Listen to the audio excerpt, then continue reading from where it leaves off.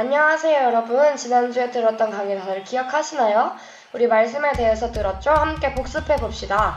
먼저 지난주 암송부터 외우고 갑시다. 시작! 모든 성경은 하나님의 감동으로 된 것으로 교훈과 책망과 바르게 함과 의로 교육하기에 유익하니. 아멘. 이제 본격적으로 지난주에 들었던 말씀을 복습해봅시다. 성경이 하나님의 말씀이라는 증거는 무엇일까요? 바로 통일성입니다. 성경은 약 40명의 사람들이 1600년에 걸쳐서 기록되었음에도 불구하고 예수 그리스도라는 한 가지 주제를 향한 통일성을 가지고 있습니다. 그렇다면 각자 다른 시대에 살던 다양한 사람들을 기록했는데도 불구하고 통일성을 갖게 된 이유는 무엇일까요?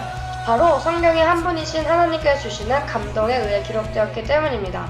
그래서 성경을 하나님의 말씀이라고 당당히 말할 수 있는 거죠. 두 번째로 성경은 크게 두 부분으로 나눌 수 있어요. 구약과 신약입니다. 구약은 모세와 여러 선지자들이 하나님께 받은 말씀으로 예수님이 탄생하시기 이전의 이야기입니다. 구약은 총 39건이며 대부분 히브리어로 기록되어 있습니다. 신약은 예수님이 탄생하신 이후의 이야기로 총 27건이고 전부 헬라어로 기록되어 있습니다. 잠시만요. 짚고 넘어갈 게 있어요. BC와 AD.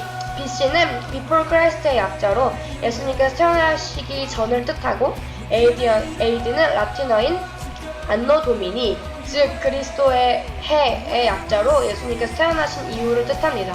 그리고 정경, 외경, 위경이 있습니다. 정경은 기독교에서 공식적으로 처형하고 있는 경전이고 외경은 성경의 편집 과정에서 제외된 문서들을 뜻하는데 천주교에서는 7권의 외경을 제2정경으로 인정하고 있습니다. 위경은 구약과 신약의 중간 시대에 유대인들에 의해서 저작된 엄청난 분량의 종교적인 문서들입니다. 다시 돌아가서 세 번째, 성경의 목적이 있어요. 하나님께서 성경을 기록하게 하신 목적은 첫 번째, 우리를 구원하시기 위함이고 두 번째는 구원받은 사람을 하나님의 뜻대로 살아갈 수 있도록 성장시키기 위함입니다. 네 번째, 성경은 단순히 우리가 즐겨 읽는 소설책이나 역사책, 철학책이 아니라 살아있는 하나님의 말씀이자 우리를 영원한 생명에 이르게 하는 통로랍니다. 실제로 많은 사람들이 하나님의 말씀을 통해 예수님을 믿고 거듭났고 또한 우리 또한 말씀을 통해 예수님을 만날 수 있고 또 우리를 변화시키는 살아있는 살아있고 능력 있는 하나님의 말씀이라는 것 기억하시길 바랄게요.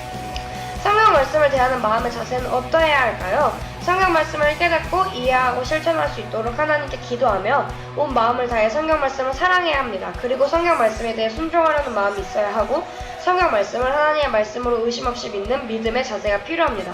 또한 우리의 말로 선포된 성경 말씀은 우리 자신과 다른 사람들을 변화시키는 놀라운 능력이 있습니다. 그렇다면 성경 말씀과 함께하는 삶이 뿌리를 내리려면 어떻게 해야 할까요? 우리 말씀의 손 기억하시죠? 교회에서나 훈련학교에서 말씀을 듣고 성경을 읽고 말씀을 깊게 주의를 기울여서 공부하며 성경 말씀의 구절들을 외우는 암송과 짧은 성경 구절을 반복해서 읽으며 나를 향한 하나님의 말씀을 듣는 묵상을 통해 말씀이 우리 삶에 뿌리를 내릴 수 있습니다. 다시 한번 해볼까요? 듣기, 읽기, 공부, 암송, 묵상. 한 번 더. 듣기, 읽기, 공부, 암송, 묵상. 자, 마지막으로 성경 말씀을 잘 적용하고 실천하기 위해서는 매일의 삶 속에서 성경 말씀을 더 가까이 하는 것이 중요합니다. 하나님을 정말로 사랑한다며 하나님의 말씀을 가까이 하고 실천하는 것은 어렵지 않을 거예요. 지금까지 지난주 말씀에 대한 강의를 복습해 보았어요. 오늘은 특별히 묵상에 대해 집중적으로 배워볼 거예요. 다 잠에서 깨시고 집중해서 나를 향한 하나님의 말씀이 무엇일지 기대하는 마음으로 강의를 들어봅시다.